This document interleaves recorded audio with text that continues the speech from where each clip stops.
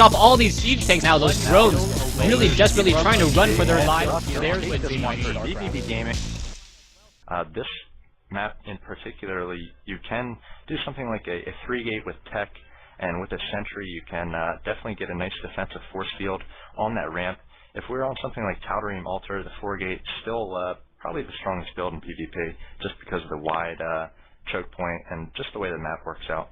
Alright, so right now it is going to be MLG Shakura's Plateau, time spawning on the bottom left-hand side of the map as the blue Protoss player. Meanwhile, over here we have Frisky spawning as the green Protoss player. And what do you think about these positions? Yeah, these positions definitely remind me of that MC versus White-Raw game, where White-Raw was able to hold off the 4-gate of MC, and he was able to get a warp prism into the mineral line of MC. MC was actually in the bottom right, and White-Raw was in the bottom left. And I think that was a little bit of a precursor to some of the experimentation we would see in PvP once they do nerf the 4-gate timing a little bit. And I'll be interested to see whether either of these players take advantage of the close positions by air to use some sort of warp prism or maybe some sort of Stargate play. Yeah, I would be very surprised if I saw any fast expansion attempts in a Protoss versus Protoss. Alright, in a Protoss versus Protoss matchup. So we're going to have vVv Time and Frisky, both players pretty much just building the similar build. Excuse me, as my computer decides to freak out on me a little bit. Both players just building similar builds, and it's always interesting to see the production tab in a mirror match, how closely they mirror each other. Yeah, I mean, warp gate timing is, I guess, something that can fluctuate slightly. We saw some players at the start of SC2 really favored the later warp gate. I know Huck was somebody who always did like a 14-gate, wanting to squeeze out the extra probe or two. But eventually, once this 4-gate timing started to become more popular, you realize that a faster gateway is going to allow you to get up that warp gate tech, perhaps get out that round of extra reinforcements just a little bit faster. Both these players pretty much mirroring each other at the moment, off maybe a second or two on some of these production facilities and pylons as they go down. But neither player really deviating at this point. Both mine pretty much the same amount of gas, and the timing on the gateway and second pylon similar as well. Yeah, Cybernetics core finally going down for Time, also the same going down for Frisky, so both players pretty much doing the same exact build. It should be interested to see what's going to be going down between these two players as another assimilator. So a second gas by Time. I don't see a second gas finally coming in by Frisky as well, so it looks like both players pretty much mirroring each other's builds, and it's going to come down to a lot of micro then whenever you have a mirror match like this.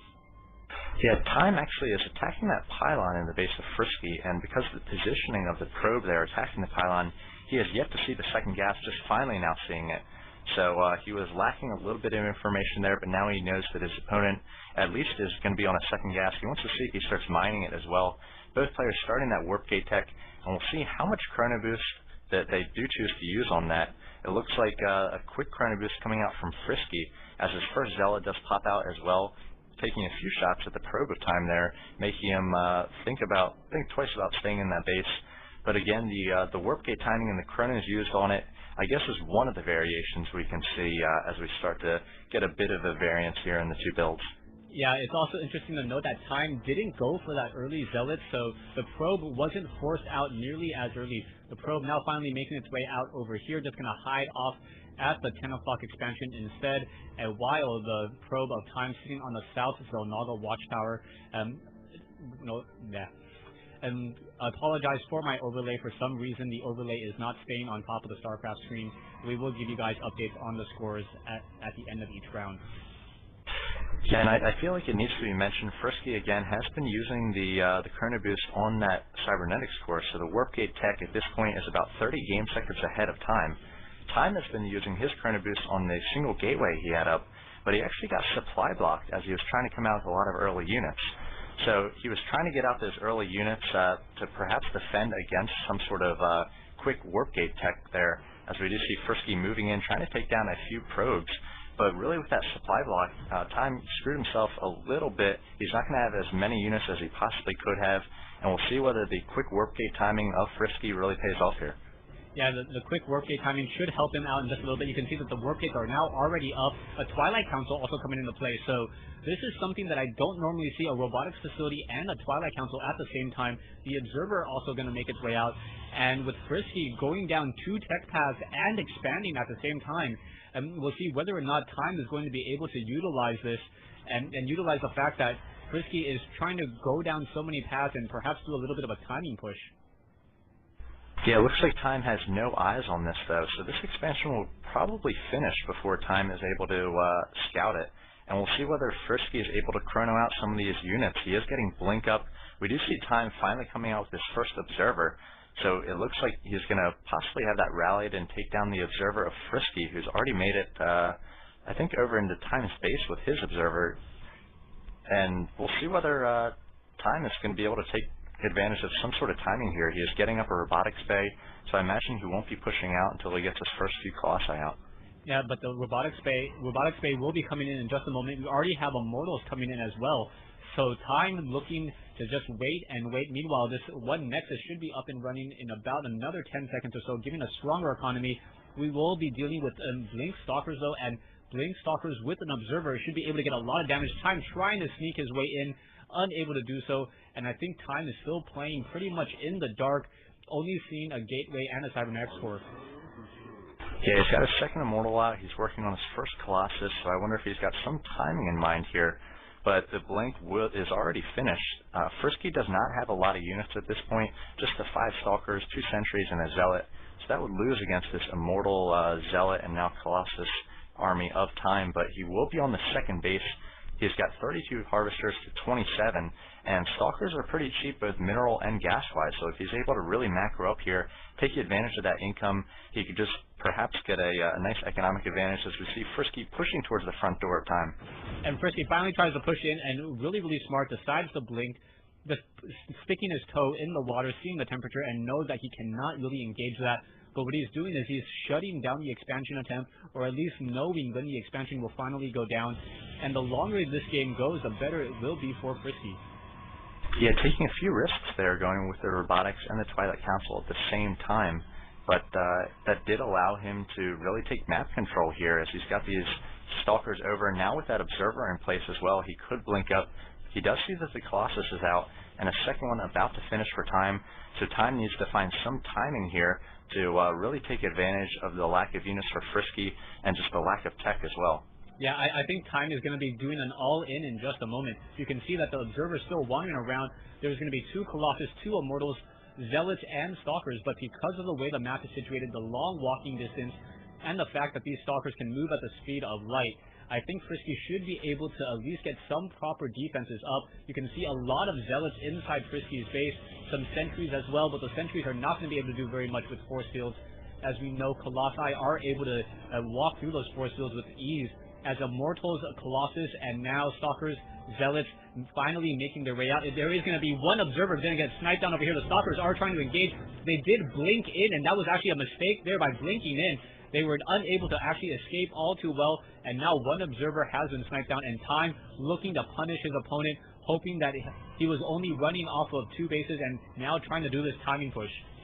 Yeah, it's 86 to 80 at the moment, but Frisky's so far ahead in Harvesters, 36 to 27. Time's army is huge in comparison, and Frisky moving out perhaps to the open field here. Now he's going to pull back and try to defend this ramp. Time wants to get his Zealots and his Immortals up front to tank as much damage as possible, and now a force field goes down on that ramp, so Time is going to be able to take this expansion out. All these probes as well, there's 10 probes here, so Time's going to quickly even up this game, and not sure what Frisky can do. Yeah, Frisky is just pretty much stuck on the wrong side of the ramp there. The Colossus does not have extended thermal lance range, but an Archon now trying to come in. An Archon going against a Stalker army, not quite sure what's going to happen here as a Zealots just getting sliced apart by these Colossi. 2 Colossi dealing so much damage, doesn't even have the range upgrade, and the Immortals now continuing that push. Zealots and Stalkers, Sentries trying to engage. The Sentries don't even have up the Guardian Shield. They really need that to try to minimize the damage. One Colossus may get taken down to 28 hit points. Finally, Focus fired, but the losses are just too much for Frisky, and Frisky was unable to really capitalize on his stronger economic lead. He is trying to warp in some units on the far side, perhaps try to get a little bit of damage in there, but Time, I believe, should be able to take care of this with no problems. Yeah, 94 to 34 at this point. I expected GG momentarily, and Frisky getting a little bit greedy tech-wise there. He went down multiple paths. He eventually got up some Archons. Really needed to be safer and get more of an army. Time focused everything on the fact that he was going for a timing push there, and if this did not work, Frisky probably would have won this game. But a nice timing here by Time. He's going to be taking down all the buildings of Frisky. Frisky hiding a Nexus in the north, but I think that's not going to win you the game, as it is now 102 to 14. Well, the problem right now is that Time is currently supply locked 101 over 90, and there's now Stalkers inside his base, so he has no way to just build any units. He has a superior army, but an army out of position as Frisky's trying to pick off as many probes as possible. I think Frisky forgot that he actually had Blink and could have caught up to many of those probes. Colossus now coming over. One Colossus by himself, not going to be able to do very much, and that is a horrible, horrible use of a Colossus. 5 Stalkers able to destroy that, and now trying to snipe down a Nexus. It looks like Time does have enough minerals in order to rebuild the Nexus, as the Stalker is now trying to re-engage. Frisky needs to blink away, getting caught there, and there's the GG. Yeah, a little bit of cuteness there at the end, trying to take advantage of the units he did have. But, Time, again, with that timing push, was just so strong. Got that money force field. The Archon wasn't out yet to break that force field, and then took that expansion very quickly. All those probes, even if that's all that attack did, they would have been even. Time would have been actually probably a little bit ahead there. He would have been able to deny that expansion of Frisky for a while. So, again, a strong timing there from Time. Really like his play so far. 2-1 vVv.